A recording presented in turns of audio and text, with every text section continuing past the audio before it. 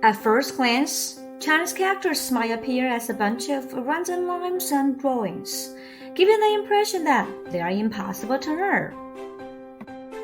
In fact, most Chinese characters contain hints to their meaning within the written structure. Moreover, instead of just being a series of unrelated lines, Chinese characters are actually crafted with purpose. According to the ranking by the Foreign Services Institute of the Department of State and the Interagency Language Roundtable, Chinese is considered to be one of the most critical yet difficult language for Americans to learn. For an educated English speaker, it normally takes 2,200 class hours with the second year of in-country study to reach native-like proficiency, whereas other Western European languages such as French and Spanish only need 575 to 600 class hours to reach the same proficiency level. Then, what makes learning Chinese characters so difficult? Although second language acquisition theory proclaims that all languages are both systematic and arbitrary, Chinese characters are formed more systematically based on the manner in which characters were created or derived. Let's talk about the different types of Chinese characters. First is pictograph characters. In modern Chinese, a small percentage of characters are called pictographs, showing a resemblance between characters and the objects they denote. Here are some examples of pictograph characters. Start by opening your mouth as wide as you can, making it square-shaped, and you'll get the character for mouth. Now, picture a person going for a walk, and that's the character for person. Imagine the shape of fire as a person with arms on both sides, frantically yelling, "Help, help, I'm on fire." Although this character originates from the shape of a flame, it's a fun way to remember it.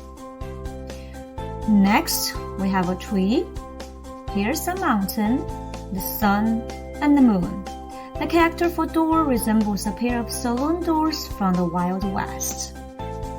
Next type of Chinese characters are compound ideographs. They are combined with the two or more than two characters to make a new word. Put the sun and the moon shining together, it's brightness. It also means tomorrow, after day and the night.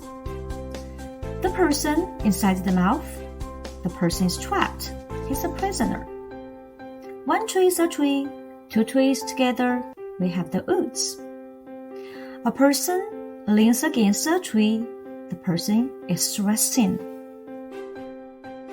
The most common type of Chinese characters are known as somatic phonetic compounds. In these characters, part of the character gives a hint about the character's meaning, and the other part gives a hint about its pronunciation. Let's take the character mother as an example. On the left side, we have the character that means female, representing the somatic or meaning component. This clue indicates that the character is related to women. On the right side, we find the character for horse, which serves as the phonetic or pronunciation component. Horse is pronounced ma, while mother is pronounced ma. So, this character informs us that its meaning is connected to women, and its pronunciation is akin to the word for horse.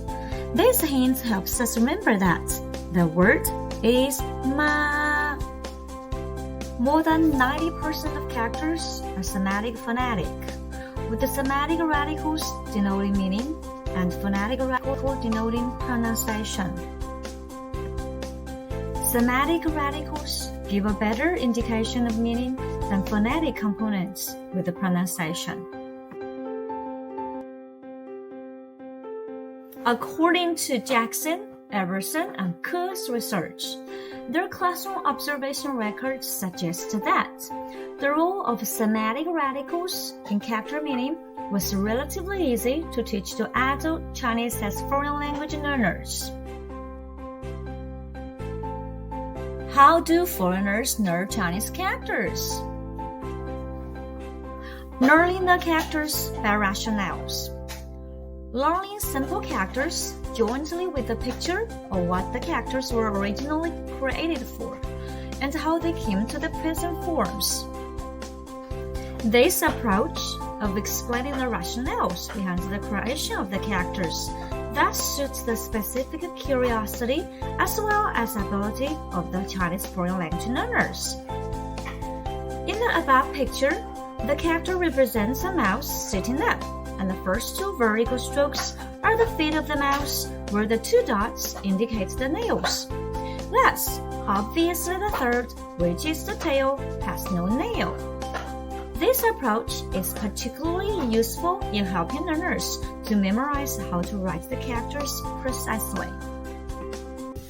The second way of learning the characters is by components. Start by learning simple characters, then move on to simple compound characters, and finally to complex compound characters. This method allows learners to leverage familiar characters to learn unfamiliar ones while also reviewing previously learned characters as they progress.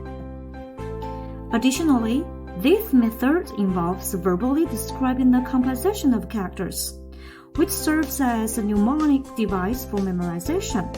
For example, the character 长, meaning palm, is described as 上, meaning yet at the top, and 手, meaning hands at the bottom, while 握, meaning to grasp, is described as 手, meaning hand on the left, and 屋, meaning house, on the right. This systematic approach helps learners effectively master compound characters. The third way of learning the characters is by word association. Learners to come up with their own explanation, as imaginative as possible, of why the characters are composed in such a way. Here's an example of using word association to learn Chinese characters. 后, which means to wait.